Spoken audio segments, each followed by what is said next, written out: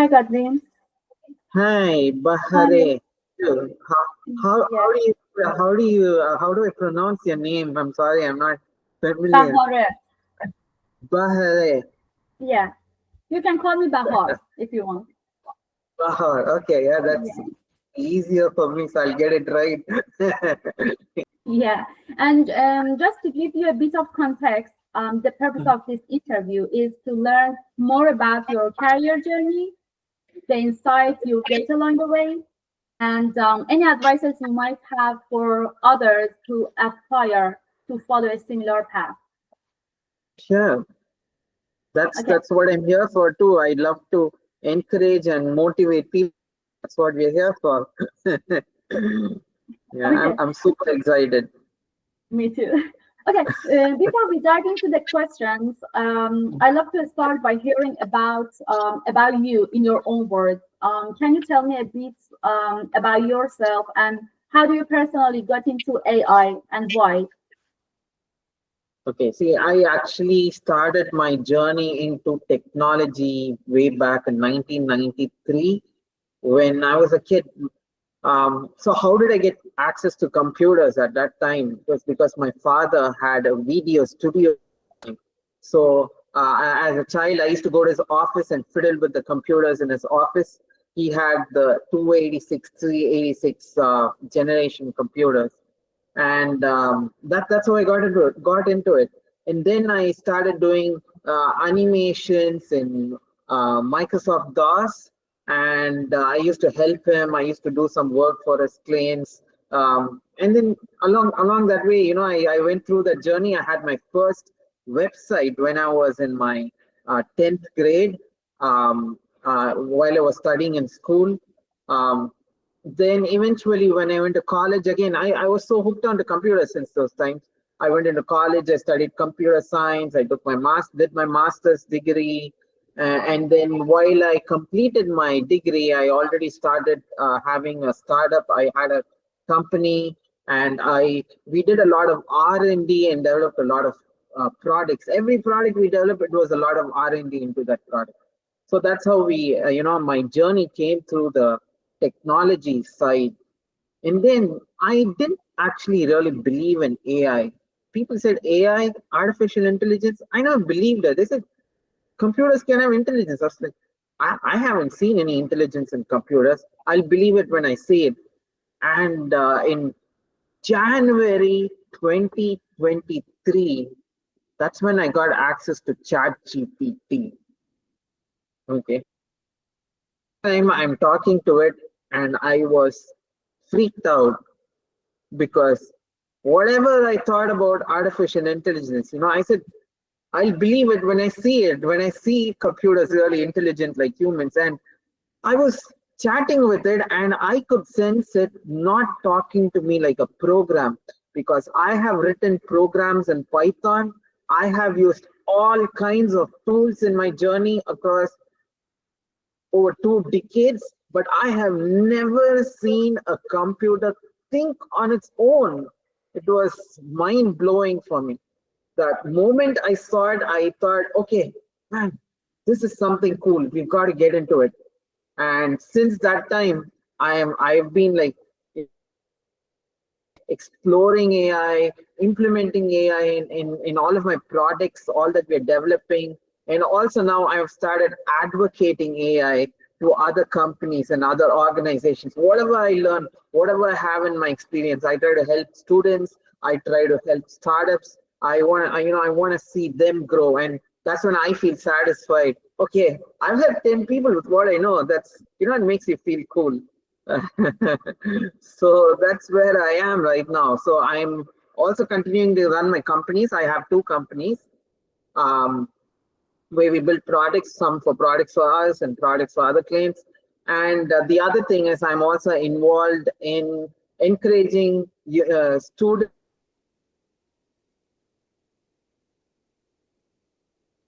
do research on their own, build products on their own, invent things on their own. Because I think students spend years in their college. They spend 4 years doing their bachelor degree, a minimum of 1.5 to 2 years doing their master's degree. And My vision is that if these 4 + 2 years could be used in their life, how much is possible? Imagine if we could teach them to become scientists by the time they finish their do their graduation and their bachelor's degree. Wow, that would be great. Just imagine that 200 students in a batch, at least 50 of them are scientists. I think we are going to see days like that very soon. AI is bringing us closer to that. Exactly. Wow. It's fascinating. It's incredible how something like ChatGPT can spark the interest. I mean, who knew a chatbot could become the new best friend? We never knew we needed.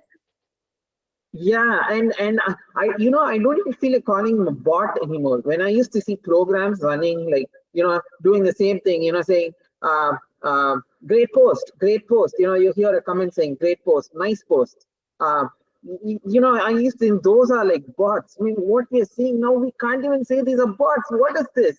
Some kind of creature that actually thinks on its own like a person and goes and talks to people.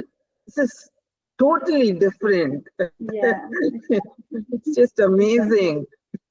Yeah, it's amazing. So, what do you think if a student wants to learn about AI today? Where should they start? If a student wants to learn AI today, I think the simplest answer is that the best place to start is talk to Chat GPT because that's the ABC of AI, right? No, it's generative AI. It's not plain AI. ChatGPT is part of generative AI. The difference between AI and generative AI is that AI does things like it can classify things, it can identify people in a video. These are things that AI can generally do. But here's the fascinating thing about generative AI, it generates content on its own. So if you say, tell me a story, AI, AI will generate maybe 2 pages of a story it on its own. So that is basically what is generative AI. And I think the first step a student can take to learn AI, imagine they're starting new. Go to Chat GPT, start talking to Chat GPT, and I think that's your first step. Now, beyond that, okay, everybody knows Chat GPT. Oh, come on, there's nobody who doesn't know Chat GPT. Now, where do we go beyond that? Okay, the next step I think would be to learn Python. Okay, if you're like, okay, I know ChatGPT, I know that, but before I go to the next step of learning Python, I want to just emphasize how much important ChatGPT is because it is not as simple like everybody knows about ChatGPT, everybody uses ChatGPT. No, everybody is not using ChatGPT to its full potential. You can ask questions and you can make it come to your level, show you analogies and help you understand. For example, you can tell ChatGPT, hey, I don't understand photosynthesis, but I know that plants need sunlight to grow. So it'll come to your level, it'll give you examples and teach you. And I think not everybody who uses ChatGPT use that potential of it. People mostly use it for writing emails, rewriting content, but a ChatGPT is much more than that. It can think on its own. It can teach you, level up your career, and do a lot more things. So it's a huge thing. It's nothing that you can just leave it, take it light. Okay, now going further than that, beyond Chat GPT, we have, like I mentioned, LangChain. That's a tool in Python. Beyond that, if you want to develop, I think you have to learn a bit of programming, at least know a bit of programming. So LangChain is the next thing. And if you think, oh no, LangChain, that's just common in programming. How can I go deeper than that? Then you'd have to go to things like NumPy. That is, you'd have to learn, a bit of doing calculations and algorithms. And then PyTorch. There's something called PyTorch that you would use to directly make models in Python. And if somebody says, okay, making models in Python, but I want to go deeper than that into AI, then you would have to go straight into linear algebra and calculus. That's even more deep. At least for me, it's deep. I'm really bad at math, but so it's really deep for me to go to that level and do it. So there's so much of opportunity there. And if you feel like, oh, it's just is if I have to learn about AI, if I have to get into AI, should I only learn about um, all these technical things? Python, is there no other way? No, there is a lot more opportunity. Where is the other opportunity? When you mix this AI with specialists in other fields. So you mix the specialization, the depth of AI with the specialization of a microbiologist. You mix the specialization of AI with the specialization of someone into civil engineering. So when you combine multiple disciplines, what you get out is profound. It's awesome. As a team, what we can accomplish is huge. So what what is one tool a team like this can use? A popular tool is AlphaFold 3. Anybody can make proteins and can design drugs just staying from the house. They don't need to go to a lab. They don't need to do much.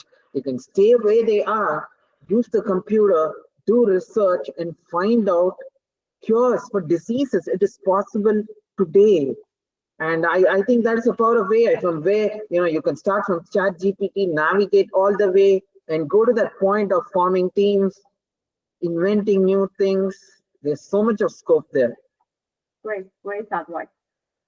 You also spoken about the evolution of AI. Could you share your insight on how AI is evolving and what that means by businesses for businesses? Yeah, AI. See, AI initially, it started in the 1980s. I wasn't even born before the 1980s. So one thing, even when I was a kid, if somebody told me about AI, I wouldn't believe it. I didn't believe it. It's not, when I was in my college, if somebody came and told me about AI, I would okay, something about AI, artificial intelligence. I never believed it. But there was this guy called Geoffrey Hinton. He was working on artificial intelligence in the 1980s. Just imagine, I can't imagine where he got his motivation from. Nobody talks about AI. Where's AI? It's like only in the movies. And this guy is researching with the human brain and saying that, no, I'm going to find a solution. I'm going to make computers think. He's working on it. So that is so amazing. So it started from Geoffrey Hinton and Jan LeCun. These guys are the fathers of AI. It started with all the research they were doing there. And we see how far it has come right now. It was able to classify in 2017. The attention is all you need paper came out. 8 guys made a breakthrough. They made generative AI in 2017. And we can see but what I see is, Bahareh, what I see is that the major change has happened since common people got access to AI. Common people got access to AI in November 2022 when ChatGPT came out. Since then, in the last years, I feel the development has been exponential. So this generative AI has become super smart. Companies are competing with one another, saying that, hey, I'm going to develop the smartest brain. And then he develops a smarter one and says, no, I'm going to beat you. I'm going to develop a smarter brain. They're competing on developing smarter brains, that is smarter models in technical terms. So I think in the coming days, it is so essential for every company to embrace AI. Without embracing AI, I think in the coming days, companies cannot survive. In fact, humans itself cannot survive because AI is like electricity. The first industrial revolution was industries and steam engines, and then came the electric engines. Electricity. Wow, you have light in your house. They were fascinated. Then came the internet. Everybody said, hey, are you on Facebook? Are you on WhatsApp? Then everybody was connected. The world was connected. And this is, I believe, the fourth industrial revolution where artificial intelligence is every part of human life. Go anywhere, artificial intelligence is a part of everything. And if you don't use artificial intelligence, it's like you're in we go back to an uncivilized age where civilization didn't exist. And I think we are at a point where we have to use AI. And how do companies put it in their processes? You can implement it, in every place in your process, from your documentation. Depends on each company, but there's so many avenues. Even last week, I was speaking to some. How do I make AI do my HR work in my company? He was asking me that. So the people, each one has each requirement, and there's so many ways. I think if I keep going, answer to your question at all, because I have so much to say on this topic. Incredible. but It's I amazing. I hope I gave an idea.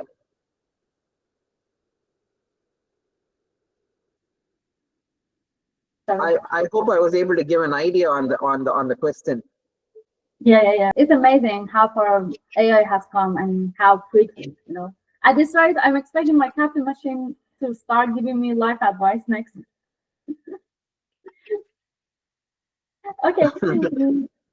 Now taking this into the business context, if a company wanted to integrate AI into recruitment process, how could they go about doing it? Yeah, that's a great question, Bahareh. So, see, if a company wants to integrate AI into their recruitment process, um, see, first of all, like I said before, no company can survive without implementing AI. Now, when they want to implement AI, what's the first thing they can do? Obviously, the most basic thing is using ChatGPT all through your workflow. Every employee must use ChatGPT. That's the first thing. Second thing is it's very specific to recruitment. I think obviously you have to have a good I think these are the basics. Obviously having a crm or zoho recruitment, zoho recruit, tools like that, because most of the existing tools have AI integrated with them, so we need to upgrade and use those tools. And the next thing is you can use tools like shortlist IQ, which actually shortlists people, works through the screening process, and helps in a lot of ways. There's this tool called Shortlist IQ, which is a very nice tool that people can use in the HR process. Then there is also this great tool that I found called phonescreen.ai. Okay, you can check it out. There's this tool called phonescreen.ai. What it does is it'll give the call to the candidate. It'll conduct the interview. It'll conduct interviews with the candidate. It will score them based on their answers, and it will just take the data and keep it. So, in other words, AI is actually taking these roles. I mean, what previously a human had to call and had to ask questions, AI is now going to make phone calls. It's going to conduct the interview, ask questions, keep everything as data. The humans have to come back, evaluate the data, and then make decisions which candidate is right, or good, needed, or whoever needs to be filtered. So they don't even need to talk to the candidate. They are only going to look at the data and make decisions. So I think we're going into a more data-driven decision world in the coming days. Yeah. It's clear that AI can make a huge impact on business operations. But a lot of people still worry about AI taking over human jobs. How do you reconcile the fear of job displacement with the rise of AI? And how can people grow in their career by using AI to succeed? See, I think AI is it's not a, I think practically speaking, uh, more than saying it's a fear, I think it's a reality that AI is causing job displacement. Because I'll examples. Previously we needed someone who was just a content writer, who just could write articles. Today, that writer does not need to write an entire article. The amount of time they spend in writing is taken by AI. AI just eliminates that time.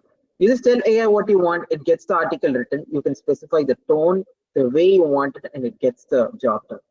Take a developer, for example. Previously, a developer had to do months and weeks of work, which does not have to be done now. You talk to this AI and then it gets the job done. So it is definitely not taking away those roles, but it is, for now at least, reducing the time by a huge margin.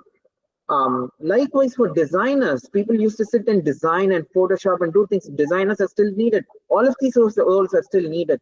But this is saving a lot of time. Common things. You need a social media post. Just tell hey, I would like to post a design like this, like this. Maybe something with a postcard and with a quote. I like to have a design like that. AI just instantly generates that design for you. So when things are going this way, I think where we needed 10 people to work, we need only 2 people to work because AI is taken away, all the time is reduced that time, and it has made it possible for 2 people to accomplish it by just talking to AI. I don't mean that this is all resulting in a negative outcome. The fact of the matter is that AI is not taking away jobs. AI is only providing people an opportunity to upskill, and upskilling is not an option. I think it is mandatory for everybody to upskill. So what I was saying that it's reducing the time and it is making it in such a way that where 10 people are needed or 2 people are needed. So what happens to the other 8 people? The other 8 people have to upskill and use AI in new ways. Manage AI, manage multiple agents. AI can work as agents. Now your job is to manage AI agents. Talk to AI agents. Get the skill of how to talk to these AI agents, how to create better designs. And companies have to innovate, how to create better products. The old companies, they can't be, maybe a company was making a website. You cannot be making a basic website all the time. Now you've got to embrace AI and you've got to think, what can I do beyond? How can I take this further? Maybe if I was making a simple website, maybe I can use AI and make a SaaS website for customers, just like that. So if you're already making a SaaS website, let's go to some R&D products beyond that. So everybody in the line have to go one step further in upskilling, both as a company and for employees. Employees. Both of them have to upskill, and I think there's huge scope looking forward because there are thousands of startups that are yet to be born because there are thousands of opportunities available now. Previously, normal people could not find cure to cancer and other diseases, but now we can. As long as you're a technical person or whoever you are, if you have a heart and a willingness to go and work on it, you can use AI. You and AI. I want to quote this thing, what Jensen Huang said, the founder of NVIDIA. He said, if you want to start a startup today, all you need is you and AI. You and AI is all you need. That's what every human needs today. So I think so many cure to so many diseases. They're going to create humanoids. They're going to find new ways for transportation. Maybe cars is not, we are not, I think the future is not going to be just cars. It's going to be self-driven cars, and maybe we're going to have flying vehicles. Who's going to invent these things? We need those startups. They're coming. New jobs are coming. New opportunities are coming. We're going into a whole new world. And I think another way to also show you an example looking at the past is that previously, when there were no computers, there was no calculator, people used to count by fingers. These were accountants who used to count by fingers. They used to write down and count by fingers. This is how accountants used to do work. Can accountants say, would you hire an accountant who counts by fingers and say, no, I won't use the system, I will not use the computer, I only use my fingers? Would anybody hire an accountant who does that? No, the accountant has to upskill because this is a new generation. You got to use spreadsheets. You can't even use calculators. Normally, you'd have to use spreadsheets. You would have to upskill. So, same way, all those roles that are working today, everybody has to upskill, and they have a bright future ahead. I think AI has an awesome future as we look forward. Completely agree with you that it's all about collaboration between human and AI. Yes, that's right. Collaborating, we can do much. The quote by Jensen Huang, I heard him say this. He was a guest in a podcast. He said, all you need is you and AI. That's all you need. Yeah. And I'm very inspired by him. I'm very inspired by Jensen Huang. I like the things he speaks. Now, I know you've written a book called The New Mind. What do you talk about in this book? And honestly, why should a person read this book when there's so much material available online? Bahareh, I won't believe, I really love that question. It's an amazing question you asked me. See, great thoughts there. See, um, this book called The New Mind. In this book, first of all, I'll tell you what I'm talking about in this book. Okay, in this book, I am showing you how the AI works inside out. What is this AI? How this works from the inside to the outside? How did it all begin? What was its story? And how does it work? So, if a person wants to understand I just explain that fully. Now, why should a person read this book when there's so much material available online? So when they can go to ChatGPT, they can ask ChatGPT, and ChatGPT will teach them. If they want to learn something, they can go to YouTube, go and search on YouTube. They can find videos to learn them. But in such a world, why do they need this book? It's because I have given the whole structure in a nutshell. If you'll have to learn what I've written in this book on your own, where are you going to search? Which path are you going to travel to find that capsule that you can swallow and you know how AI works? So I would call another word for my book as a capsule. If you want to learn, you take a pill and like get that superpower of knowing about AI. I think my book will give you a good start. Eat the pill, and then you just have all the knowledge about how AI works. And I think that's going to really help you no matter what you're doing in your career, in your startup business. And I also encourage people to just connect with me on LinkedIn or wherever, have a look at my book, ask me any questions you have. I will personally respond, and I help people understand the power of AI. And I've also learned through my life that I'm evolving from consuming to contributing. And I think part of that, that principle that I've learned, that it's time to contribute than consume. And, the best way for me to give that to the world is through that book.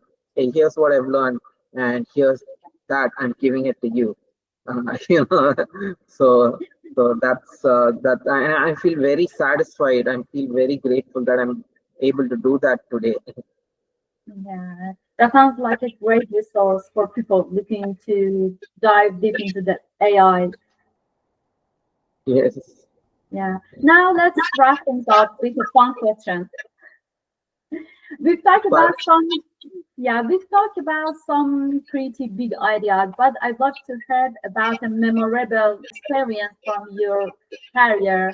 It could be funny, inspiring, or just something that left a mark on you.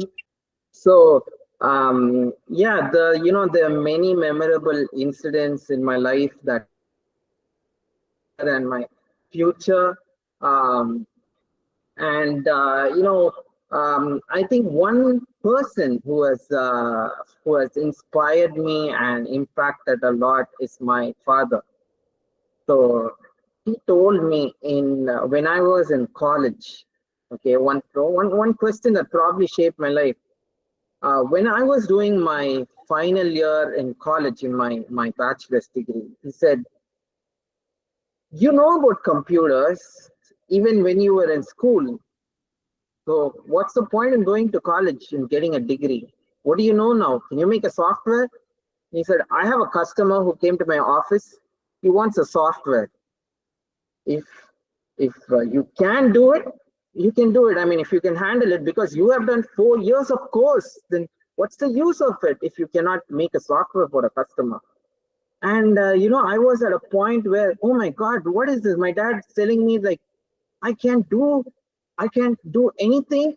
And then just to prove that I could make it, just to prove that I could get that order and develop that software, I went and met that client, whoever came and met my father.